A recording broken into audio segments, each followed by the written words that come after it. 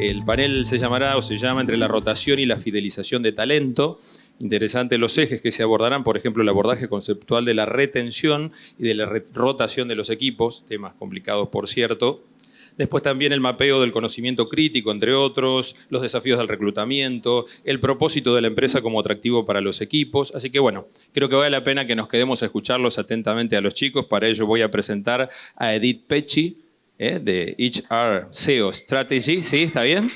Cecilia Calónico, directora de Win & Winnow Language Services, así que renovamos los aplausos por haber sido la ganadora del premio a la excelencia también. Parece, nos representó excelentemente. Y un amigo de la casa, el doctor Diego Mastrangelo, socio de Rola Constructora. Así que fuerte ese aplauso y lo dejamos acá a los chicos.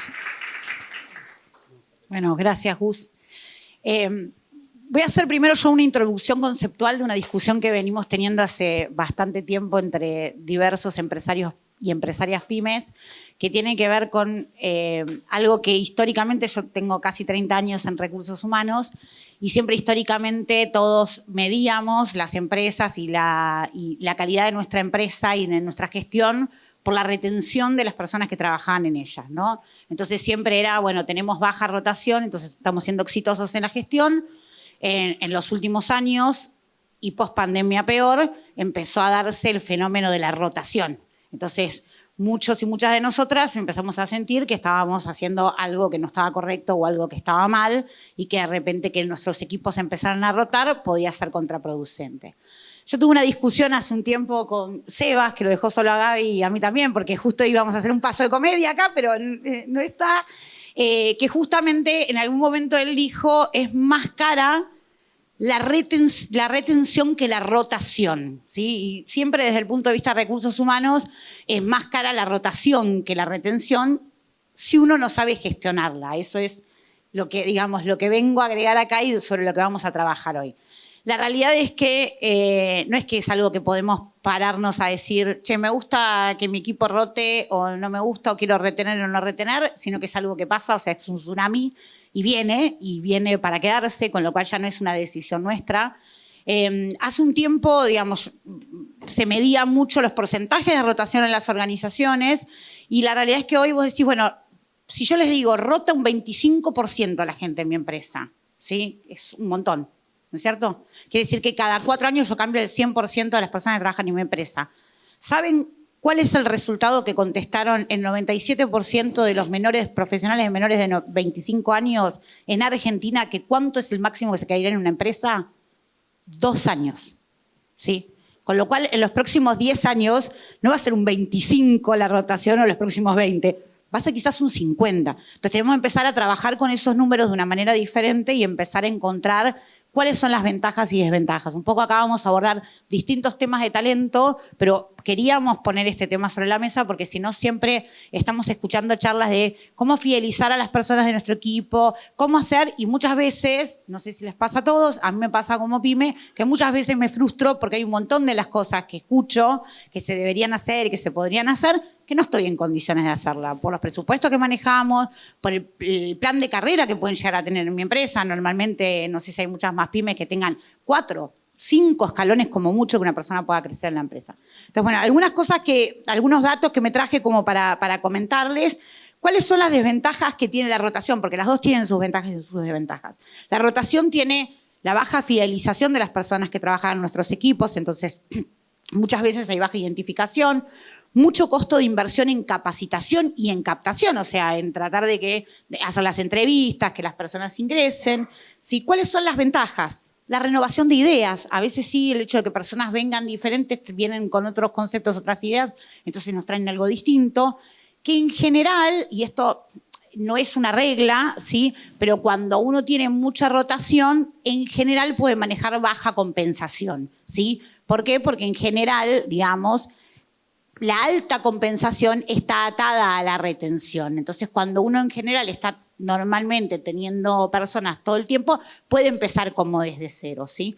¿Cuáles son las desventajas de la retención? Bueno, y otra cosa que me dijeron hace poco, yo pasé por un episodio donde perdí una gran parte de mi equipo en algún momento y casi me muero, y alguien me dijo, pensá que contablemente ahora tenés una contingencia mucho más chica y que casi no tenés vacaciones no gozadas pendientes, digamos, de un año para el otro. Y dije, es verdad, porque una de las cosas que nos preocupan también mucho los pymes es la contingencia que tenemos en el costo indemnizatorio. Y cuando tenemos personas en nuestro equipo que hace 20, 25, 30 años que están, hay un costo asociado, un riesgo asociado a eso. Entonces, bueno, esa es una de las partes lindas como para que no nos pongamos tan mal. ¿Cuáles son las desventajas de la retención? Muchas veces los altos niveles de compensación. Díganme, ¿quién de ustedes no tiene en la organización de ustedes una persona a la que le pagan más de lo que se podría pagar por ese puesto, pero que como esa persona hace muchos años que está en la compañía y no ha crecido estructuralmente, pero sí ha crecido por la confianza que ustedes le tienen, por el rol que ocupa, terminan abonándole o pagándole un sueldo más alto porque esa persona quiere seguir cobrando más y uno va pagando más? De hecho, dentro de las cosas, espero que no haya nadie acá de un sindicato, pero dentro de las cosas más perversas de los convenios colectivos son pagar por antigüedad a las personas, porque la realidad es que una persona va cobrando cada año más solamente por permanencia, no se evalúa otra cosa. ¿Cuáles son, bueno, la alta contingencia económica, o sea, la contra de la otra ventaja? ¿Cuál es la ventaja? Que hay baja inversión normalmente en captación, no en capacitación, porque después lo vamos a ver, y no tener gente de hace muchos años quiere decir que gastamos menos en capacitación, pero puede ser unas cosas. 2 o 3 cosas y ya vamos a las preguntas. Los que me conocen hace mucho tiempo saben que soy firme defensora de buscar, o sea, la rotación va a venir, ¿sí? Ya lo sabemos. Lo que vamos a trabajar hoy un rato es cómo podemos administrarla y cómo podemos hacer que sea menos dolorosa. Y por otro lado, a mí me gusta mucho siempre contar que hay muchas opciones donde ir a buscar las personas, digamos, que no podemos la mayoría de las veces, salvo casos excepcionales, competir con empresas, digamos, multinacionales en cuanto a los sueldos, a la carrera o lo que sea, pero hay colectivos muy grandes de personas con capacidades para poder trabajar en nuestras organizaciones que lo que necesitan es muchas veces que le demos una oportunidad, de formación.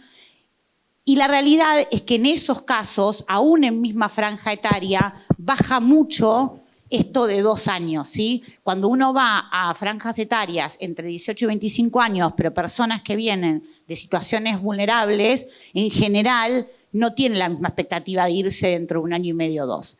La segunda, que sé que hay gente de tecnología acá y que también hace poco, digamos, trabajamos mucho, cuando uno trabaja con personas más 45, la reconversión de esas personas, de las competencias que tienen, que salieron de su mercado laboral, quizás trabajaban como tesorero, cajero en un banco, distintas cosas, que tienen un montón de competencias y lo reconvierten en la parte de tecnología, tienen 2 grandes ventajas que hoy en el mundo de la tecnología se ven como una contra. La primera es que en general buscan trabajos en relación de dependencia con un sueldo, ¿sí? En Argentina. No les interesa de repente como una persona entre 20 y 25 años cobrar dólares afuera porque necesitan meter esos últimos 10 años de jubilación, más allá de que todos sepamos que la jubilación no va a ser lo que nos salve. La segunda, digamos, está relacionada con el hecho de que muchas veces valoran el tema de tener una obra social, una prepaga, ¿sí? Entonces, el trabajo en relación de dependencia acá. Existen muchas organizaciones, yo voy a nombrar 2 o 3 para quien no lo sepa y después, digamos, puedo acompañarlos. Está la Fundación Forge, que trabaja desarrollando competencias blandas en personas, digamos, que terminaron el secundario para insertarse laboralmente. Hay programas del gobierno de la Ciudad de Buenos Aires y de la provincia de Buenos Aires que retribuyen con dinero cuando uno toma un grupo de jóvenes, o sea, uno cobra una parte del sueldo de esa persona, lo paga el Estado, y lo paga el Estado, es verdad. ¿Sí? No reducción de contribuciones, pero sí en el sueldo neto que la persona cobra. Está Empujar, que trabaja en todo lo que es la parte técnica, generalmente tienen más foco en técnicos. Está Actuar, que es un programa que tiene idea y que ha hecho durante varios años con captación, capacitación y tiene los currículums a disposición. Es un programa que yo usé y que funciona muy bien. Y está Seniority, que es algo que conocí hace muy poquito gracias a Ana, y que justamente es una empresa que se dedica a reconvertir perfiles, tiene un juego de palabras con Seniority, y se dedican a reconvertir perfiles de personas más 45 con formación en personas para que son, digamos, absolutamente compatibles para las áreas de tecnología. Y hay un montón de organizaciones más. Pero eso también, eso es, como dijo Paca hoy, es muy barato a veces poder insertar. Entonces hay formas, digamos, de poder resolver esto de que la rotación se haga un poquito más chiquita, ¿sí? Bueno, ahora voy a empezar por Ceci. Ceci, bueno, ya lo comentaron, fue ganadora del Premio a la Calidad Institucional.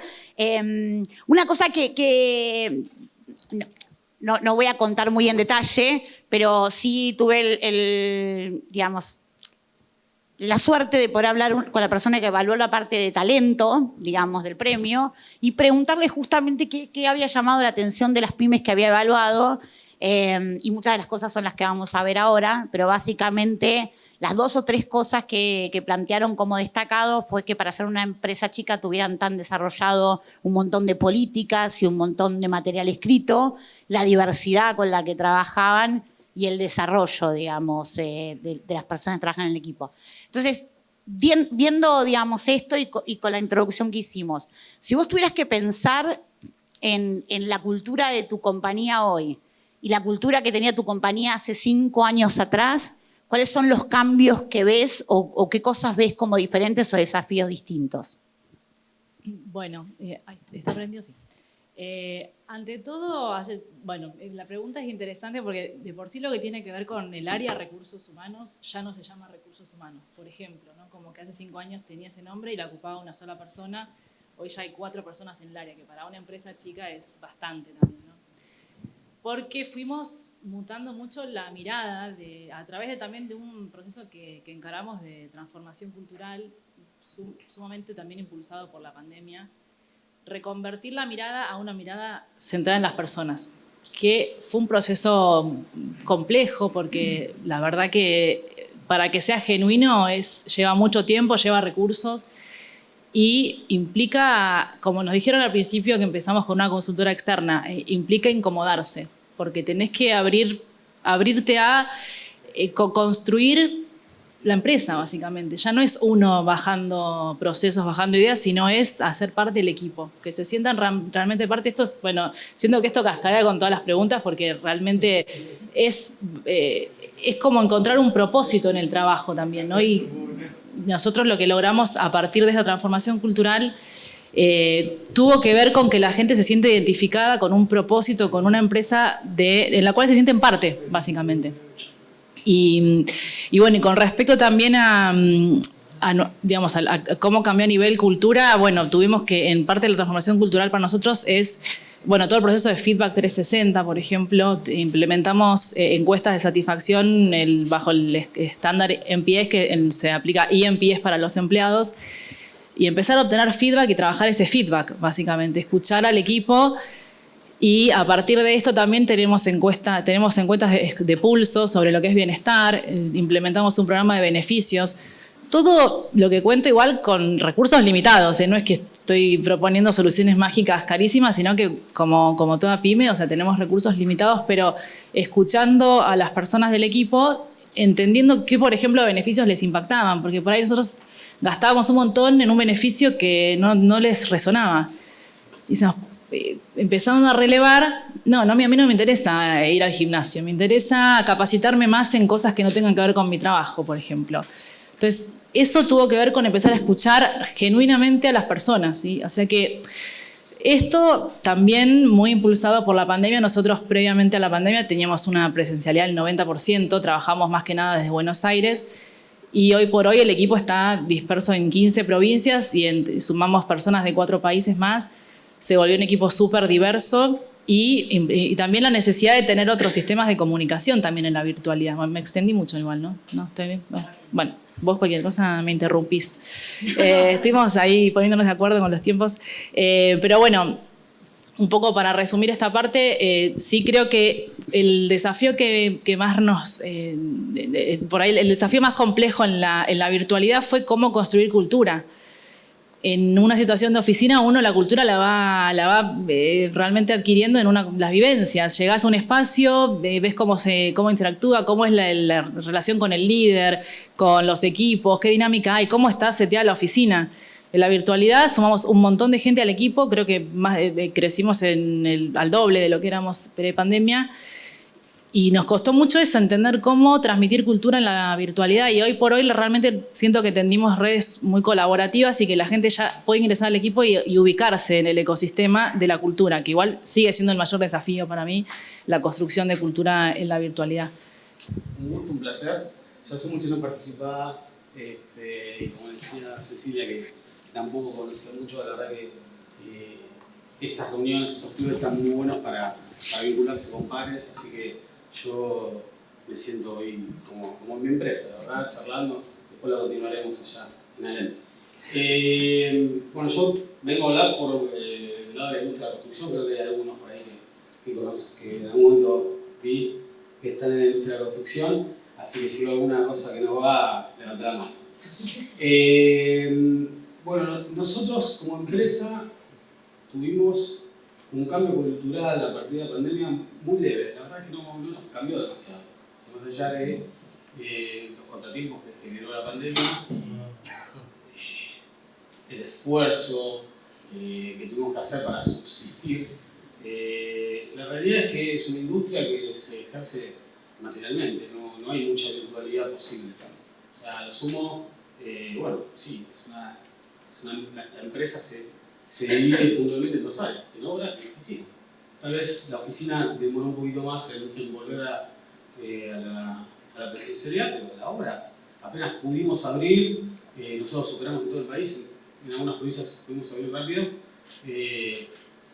no nos cambió demasiado. Ahora, sí nos permitió darnos cuenta que es algo muy particular de mi empresa. Antes, siempre en muchas empresas está el área comercial versus la producción, la administración versus la comercial. Bueno, en la construcción está mucho lo técnico versus lo administrativo, ¿no? Y ni hablar de lo técnico en obra. La realidad es que sí, la pandemia nos permitió identificar que teníamos que hacer una transformación cultural y mirar que todos somos parte, ¿no? Ese es el lema, ¿no? Todos somos parte.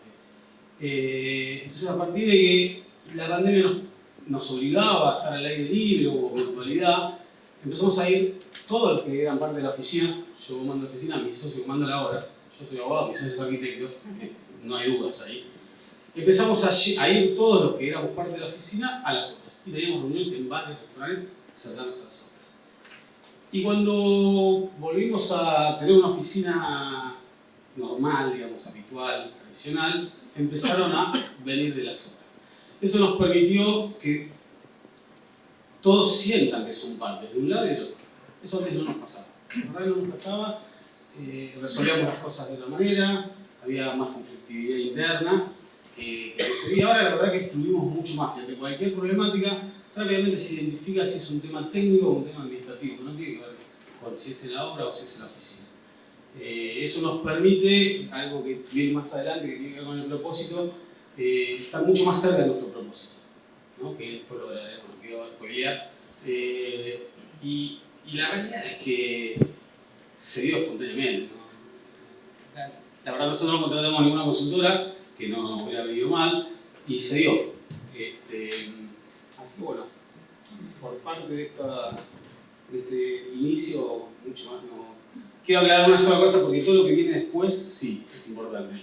Nosotros somos una industria en donde tenemos que necesariamente en recursos humanos separar lo que es recursos humanos de oficina y recursos humanos de obra, que se manejan completamente distintos en todo lo que es captación, ni hablar de que los regulan sindicatos diferentes, tienen lógicas distintas, así que todo lo que vaya a decir después lo quiero aclarar de entrada, voy a hablar de un lado y del otro, porque si no va a ser incompleto. Gracias, Diego. Gracias por no spoilearme las preguntas, porque si no estamos medio complicados. Bueno, un poco, ahora vas a empezar vos, así que no vas a poder tomar mucha agua. Un poco la idea es justamente que nos cuenten, con esto de que estuvimos hablando, bueno, yo les tiré algunas ideas de distintos lugares donde captar o atraer talento para la organización. Bueno, ¿cuáles son las estrategias que ustedes utilizan? Son perfiles, capaz que 3 distintos vamos a hablar, porque Ceci va a hablar de uno y vos vas a hablar de otros 2. Exactamente, entonces, bueno, ¿cuáles son las estrategias que utilizan y que les han dado resultados? Y si probaron algunas que no les dieron resultados. Bueno, Lo que es para personal operario en obra, nosotros intentamos varias cosas que no sucedieron nunca, que es tratar de utilizar los canales habituales de cualquier empresa que tiene que ver con portales, búsquedas, contratar a alguien que nos la busca para puestos, y no estoy hablando de operarios, digamos, rasos, sino de jefes de obra, no, operarios jerárquicos en la obra, a través de los métodos tradicionales y no los otros. La realidad es que es una industria que se maneja para lo que es personal de obra muy de contactos de boca en boca, de trayectoria, de contacto con otros colegas, ¿sí? Nosotros competimos, pero somos todos colegas, realmente somos todos colegas. Entonces, bueno, hay ahí un poquito de, che, yo trabajé con tal, o tal experiencia, y aparte es una industria que es muy amplia y pareciera como que todas las constructoras hacen todo, y no. Nosotros somos una constructora de arquitectura que trabajamos fundamentalmente en arquitectura sanitaria, corporativa y vivienda multifamiliar. No hacemos ni ingeniería, entonces no sirve el de uno que hace un puente, mi empresa no tiene ningún tipo de anclaje. Así que bueno, ahí siempre estamos tratando de mantener los equipos, y la única manera de mantenerlo, y lo hablábamos temprano con Cecilia, es tratando de nuestro lugar, de los socios de la empresa, ir encadenando contratos, ni más ni menos. O sea, si yo quiero sostener un equipo de jefatura de obra, un equipo de capataces o de oficial, son las jerarquías, bueno, necesito darle de comer, digamos. Necesito obras donde enviarlos. La realidad es que es una industria que es muy difícil cuando uno se sobreestructura. Sin contratos es inviable, no hay bolsillo que sostenga una empresa constructora. De hecho, es una de las industrias que más quiebras a nivel de empresa ha tenido, porque bueno, es muy picos. En cambio, en cuanto a lo que es oficina, si bien hay también mucho del boca a boca, hay más espacio para lo que es la captación más tradicional, a través de búsquedas, portales. Pero bueno, también tiene sus dificultades, ¿no? O sea, yo le decía a Cecilia, conocí pocos arquitectos o ingenieros que salen de la facultad con ganas de someterse a una estructura de una empresa. Todo arquitecto tiene pretensiones de creatividad y todo ingeniero tiene pretensiones de darle solución a algo propio. Entonces, ahí también cuesta, hay como una puja contra el ideal, contra la visión que tiene cada profesional. Así que bueno. Qué complejo igual eso. ¿Puedo seguir en la otra Sí, pregunta? Sí, a ver, ahí nosotros tenemos una particularidad en obra, y cierro este tema, que es un sindicato complejo, que tiene muchas cosas positivas. Está todo muy filmado, no voy a decir nada, porque todos muchos me conocen, saben que pausa, se me sale la cadena rápido. No, hoy está todo filmado. Después en el cóctel charlaremos. Después 2 cervezas aparte. Sí, no, cuando no haya tanta cámara. Es un sindicato que tiene fuerte presencia cuando tiene la presencia. En otros lugares, no en todo el país es igual. Pero a nosotros nos ayuda, yo lo he charlado con Edith en algún momento en un almuerzo que tuvimos, a nosotros nos ayuda a regularnos también un poco. O sea, por supuesto que los costos laborales de tener todos los operarios en UOCRA son muy altos y muchas veces el mercado no está dispuesto, no puede pagarlo. Pero cuando nosotros que tenemos clientes corporativos lo entienden y está dentro del presupuesto y compartimos los esfuerzos, realmente el nivel sube. Y ahí cambia. Bueno, de mi lado lo que tiene que ver con búsqueda de talentos, bueno, la vía más tradicional para nosotros es LinkedIn, es el método que más nos sigue funcionando para perfiles por ahí más, no sé, roles por ahí más de liderazgo. Y después trabajamos mucho, tenemos programa de referidos internos, aparte de lo que es el programa de referidos, también tenemos un programa que se llama Brand Ambassador, que es las mismas personas del equipo difundiendo nuestras búsquedas para también expandir la llegada como agente del ámbito. Digamos, hoy por hoy nuestro rubro, que es, no lo aclaré, pero bueno, trabajamos lo que es traducción, localización de idiomas, rubro farmacéutico, rubro software, como que está cada vez más aparejado a lo que es el mundo de la tecnología en cuanto a la competitividad y la llegada al mercado internacional, con lo cual se vuelve complejo. Se vuelve complejo todo esto. Y en ese sentido también trabajamos mucho con asociaciones o fundaciones, que la verdad que es donde hemos dado con los perfiles más lindos, sinceramente. Como por ejemplo, no sé, Inclúyeme, o lo que tiene que ver con, Empujar también. Lo que tiene que ver con lugares donde uno accede a perfiles que valoran por ahí ser parte de una empresa que persigue un propósito más allá del económico, que es nuestro caso como empresa B certificada. Entonces eso también nos abre como por ahí el mundo del talento que busca, creo que muchos por ahí, más que nada las generaciones más jóvenes, buscan sentir esta pertenencia, digamos, en el lugar de trabajo. Así que en este tipo de espacios es que tenemos buena llegada, digamos, a captación de nuevos talentos. Tiago, de lo que dijiste, capaz que no todos conocen, pero contá un poquito cómo funciona el programa de referidos. ¿Qué es lo que vos estás diciendo cuando decís tenemos un programa de referidos? Bueno, internamente se abre una nueva búsqueda y el equipo interno puede referir a alguien para esa búsqueda en el caso de que esa persona que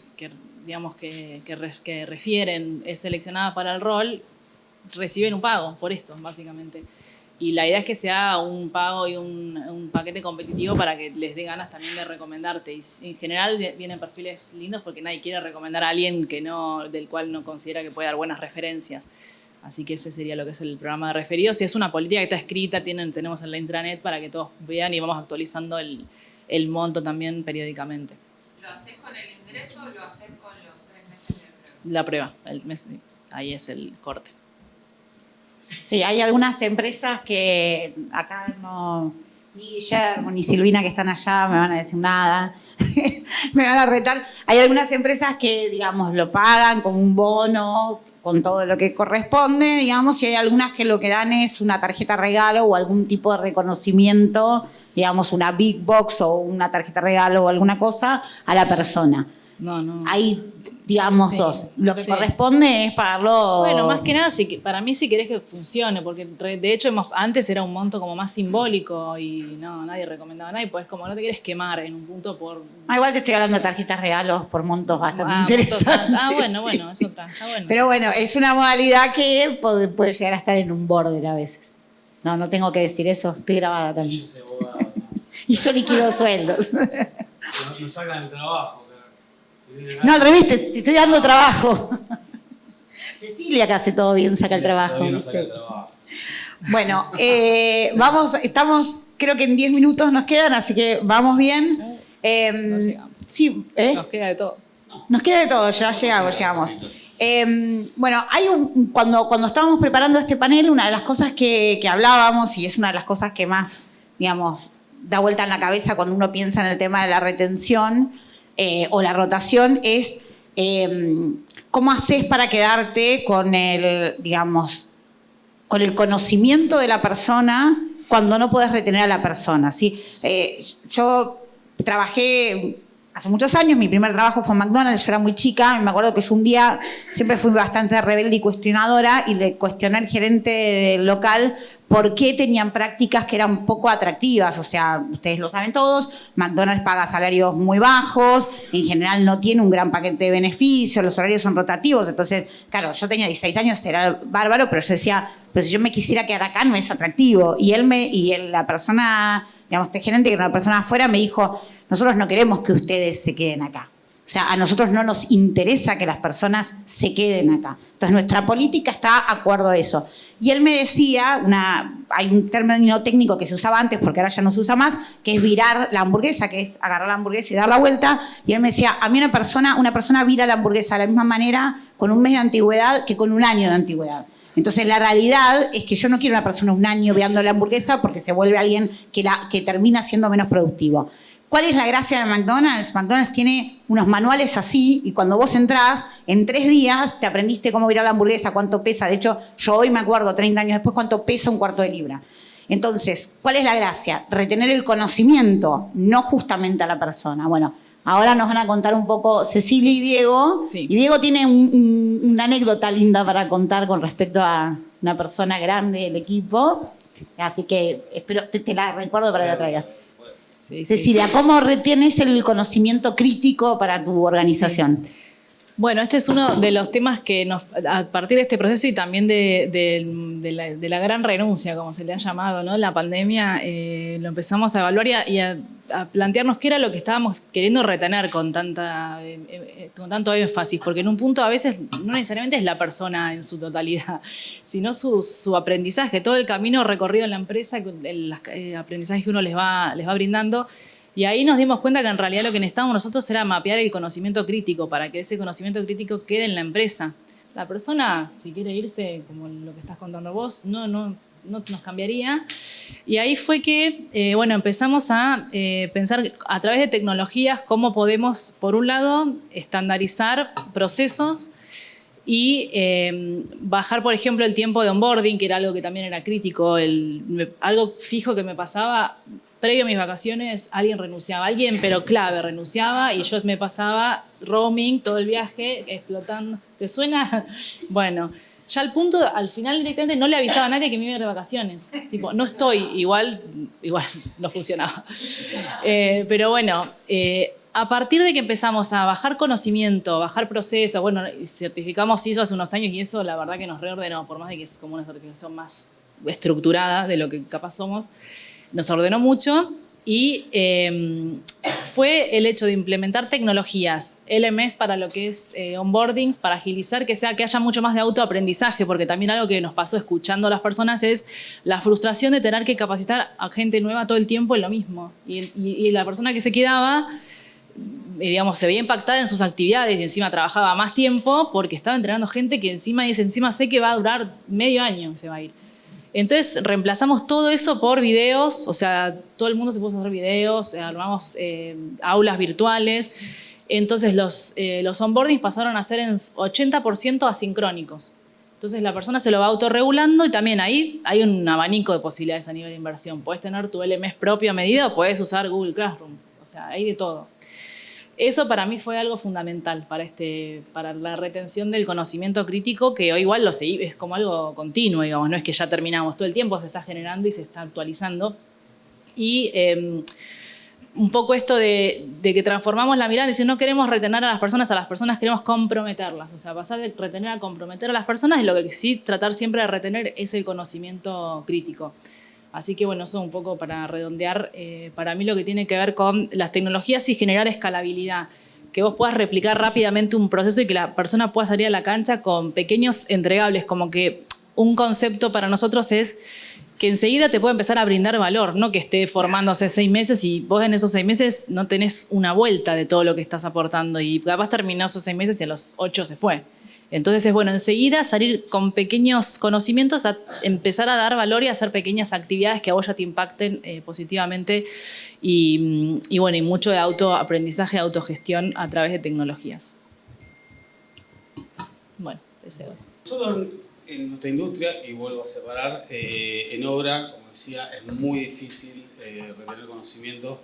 Se trata de poder acceder, si no está la posibilidad de encadenar obras que permitan migrar equipos de trabajo, porque vos podés encadenar obras, pero si yo tengo una obra en Quilmes y después cuando está terminando sale otra en Nordelta, probablemente los equipos de trabajo no puedan movilizarse.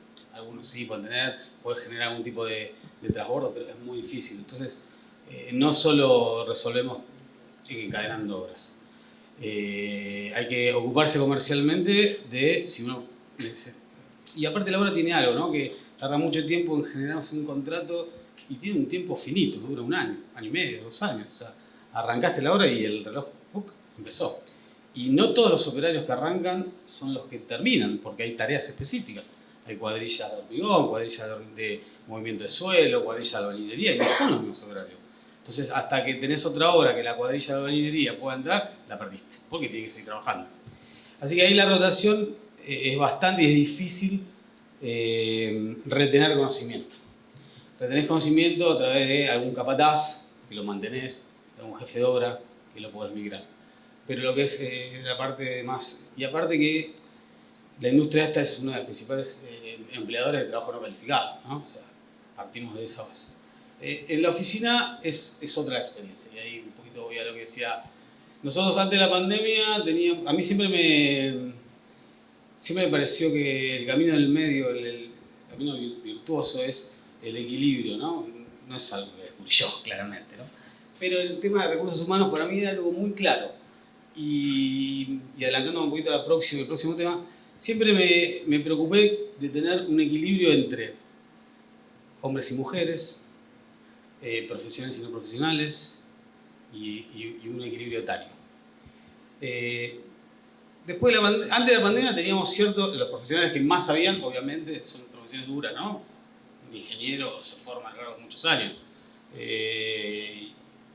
Y a lo largo de la pandemia lo que sucedió es que crecieron, ya eran grandes y crecieron. Entonces con eso dijimos, está buenísimo tenerlo, pero tienen que empezar a derramar, porque antes eran líderes de áreas operativas y necesitamos que se transformen en líderes de equipo. Y en el equipo, en la cultura de equipo, es una de las 3 cosas que nosotros nos propusimos para mantener el conocimiento. La cultura de trabajo en equipo hace que derramen, quiera o no quiera la persona. En este caso, por suerte, todos quieren, ¿no? Entonces hoy tengo 2 ingenieros de 70 y 71 años. Y son los primeros que llegan, los últimos que irse, y los que más saben. Y enseñan. Y no tienen problemas, no hay un bache tecnológico. Se capacitaron. Costó un poco más, pero lo hicieron. Y son los espejos de todo. Y en la tecnología es el segundo elemento que nosotros nos tomamos para retener ese conocimiento crítico. ¿Sí? Antes la empresa se manejaba muy sobre cada obra y la particularidad. Y ahora no, tenemos un software de gestión, un software administrativo, un software de gestión que parece una pavada, pero no lo teníamos. No lo teníamos. O sea, el Excel, carpeta compartida, Gmail, lo manejamos bien así. Pero nos dimos cuenta que, claro, nosotros en la pandemia salimos de la oficina que teníamos, pasamos a la virtualidad, después en un departamento que tenía yo, empezamos a ir de poco, después en un cowork, hasta que hace 6 meses alquilamos una oficina acá a la vuelta, en el centro. Y nos dimos cuenta que habíamos perdido el servidor, ya habíamos perdido todo, las carpetas estaban en un depósito. Claro. Habías perdido el servidor porque no llamaste a Gaby. Por eso. Sí, lo llamé, pero me quería cobrar mucha plata. Bueno, ahí me están diciendo, vamos a hacer una cosa. Sí. Redondeamos y porque nos van a echar. Dale.